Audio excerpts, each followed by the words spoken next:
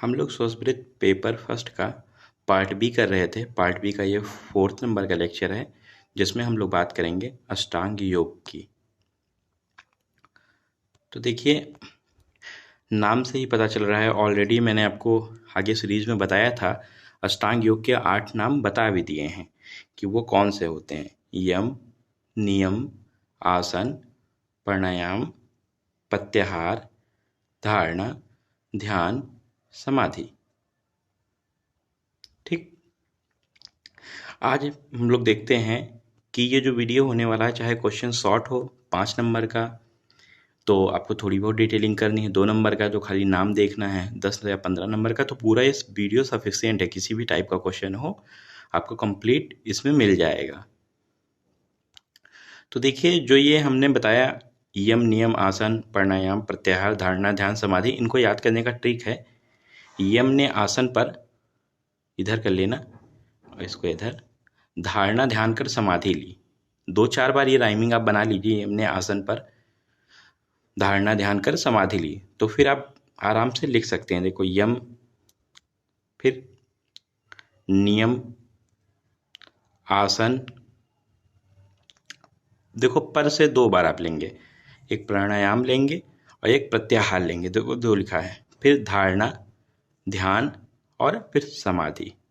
तो आपको 8 नाम कैसे याद करने हैं वो बता दिया। एक बार ट्रिक से याद हो जाएंगे नाम, फिर आप ऐसे ही राइमिंग बन जाएगी। यम, नियम, आसन, प्राणायाम, प्रत्याहार, धारणा, ध्यान, समाधि, तो आप अपने आप से बोल पाएंगे। बट एक बार ट्रिक से लर्न कर लें, क्योंकि बहुत कंफ्यूजिंग होता है याद करना। अब देखो, जो ये अष्टांग योग होता है, ये 2 प्रकार से होता है। इसके 2 भाग हैं, एक बहिरंग है और एक अंतरंग है। 4-4 का डिवीजन है। जो 4 यम, नियम, आसन, प्राणायाम होते हैं, ये बहिरंग होते हैं, स्टार्टिंग के 4। और बाद वाले 4 जो प्रत्याहार, धारणा, ध्यान, समाधि होते हैं, ये अंतरंग होते हैं। तो जो बहिरंग होते हैं, इनको मापने के लिए हमारे पास मापक होते हैं, लेकिन अंतरंग को नापने के लिए हमारे पास कोई मापक नहीं होते हैं।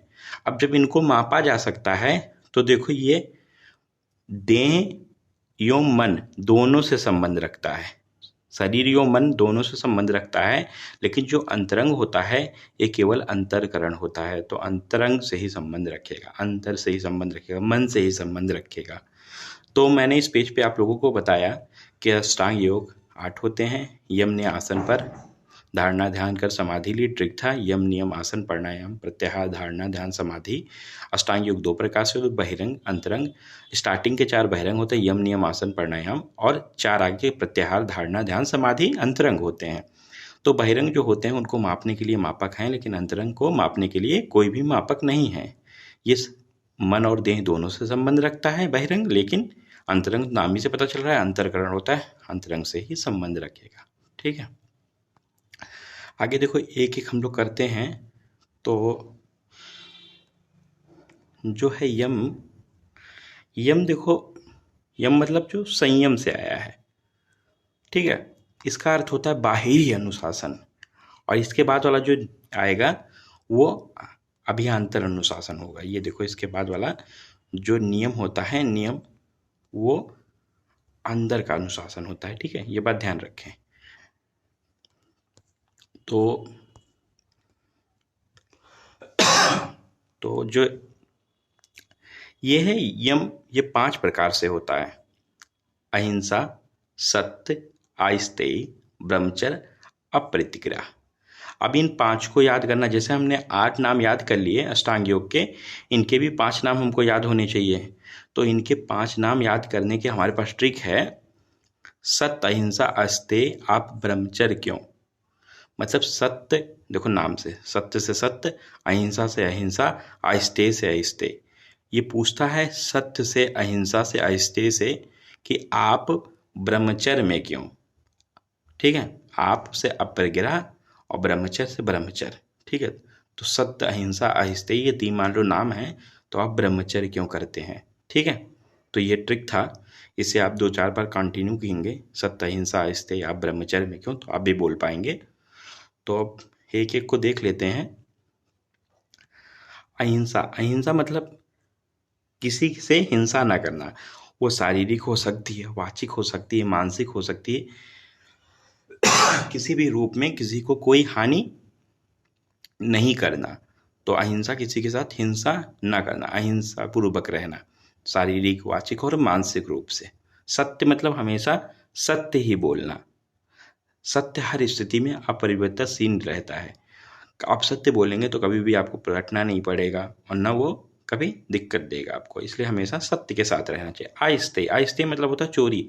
तो चोर प्रकृति का ना होना, मतलब किसी के धन को चुरा लें, ये कर लें, वो कर लें, ऐसे आपकी प्रकृति नहीं होनी चाहिए। देखो, ब्रह्मचर्य से आप लेंगे, ब्रह्मचर्य से जैसे ब्रह्म जैसी चर्या, ना कि सिर्फ सेक्सुअल डिजायर्स को आप लें। ब्रह्म जैसी चर्या ही ब्रह्मचर्या कहलाती है। इसमें अपनी इंद्रियों को संयम रूप में रखना ही ब्रह्मचर्य कहलाता है।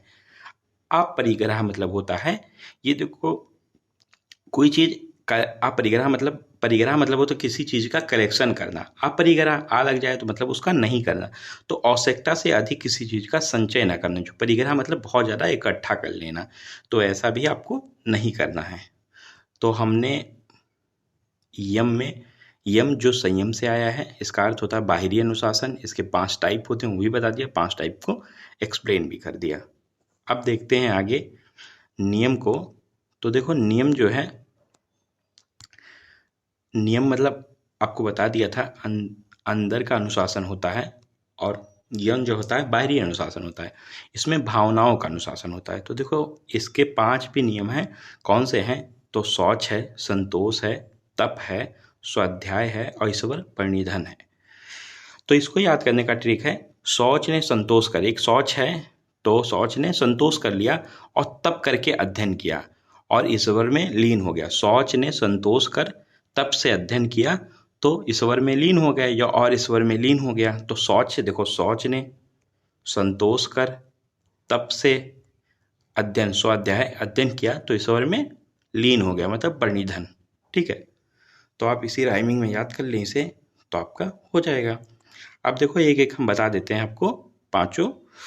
तो देखो, शौच, शौच मतलब आपको नाम से ही पता चलता है शारीरिक और मानसिक रूप से शुद्ध होना, शारीरिक और मन रूप से शुद्ध आपको होना। संतोष, संतोष मतलब अपनी स्थिति में संतुष्ट होना, जो आपके पास है उतने में आपको खुश रहना है। तप, तप से अशुद्धि जो होती है उसका नाश हो जाता है और शरीर की इंद्रियां क्या हो जाती हैं आपकी, शुद्ध हो जाती हैं। जैसे तपस्या करने वाले लोग होते हैं, तपस्वी होते हैं, तो ऐसे वो अशुद्धि का नाश करते हैं और शरीर की सारी इंद्रियों को शुद्ध कर लेते हैं। स्वाध्याय, देखो, स्व मतलब स्वयं, अध्ययन मतलब अध्ययन करना। तो जैसे कि अपने जो धर्म ग्रंथ होते हैं उन ग्रंथों को पढ़ना, ये स्वाध्याय आता है।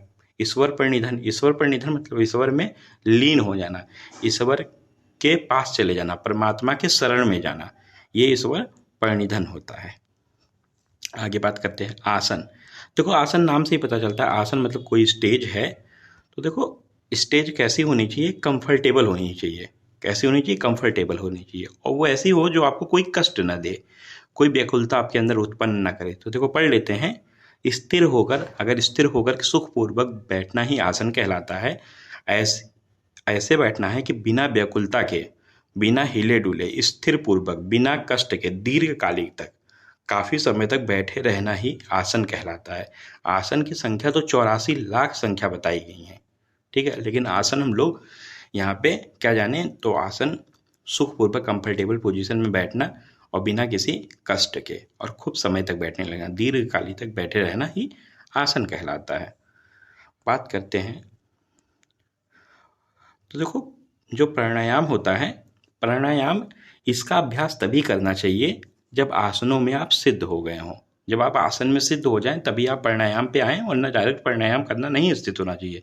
ये रूल है कि इसको प्राणायाम पहले करना शुरू कर दिया आप आसनों में, मतलब प्रो नहीं हो पाए और ऐसे शुरू कर दिया, तो ऐसे नहीं करना चाहिए। ठीक है, तो इसमें क्या होता है प्राणायाम में, सभी लोग जानते हैं इसको, इसमें सब लोग इतना तो जानते हैं, श्वास लेना और श्वास छोड़ना, इनहेलेशन और एक्सहेलेशन। लेकिन इसमें गति के अवरोध के साथ एक नियम लाना है, रोकना है, रेगुलेट करना है उसको, इसी को प्राणायाम कहते हैं। मतलब इनहेलेशन और एक्सहेलेशन करना है, लेकिन इसकी गति में अवरोध के साथ, एक नियम के साथ करना है, रेगुलेट करना ही प्राणायाम कहलाता है। इसके भेद की बात की जाए तो ये 3 प्रकार से होता है, रेचक, पूरक, कुंभक। रेचक, पूरक, कुंभक। रेचक मतलब ये बाह्य वृत्ति होता है, मतलब एक्सपेलिंग या एक्सेलेशन बोल सकते हैं। पूरक मतलब अंदर लेना, अभ्यांतर वृत्ति फीलिंग या इनहेलेशन। और कुंभक मतलब स्तंभ वृत्ति कंटेनिंग, श्वास को अंदर होल्ड करना, रोक लेना, रेगुलेट करना, यही कुंभक कहलाता है।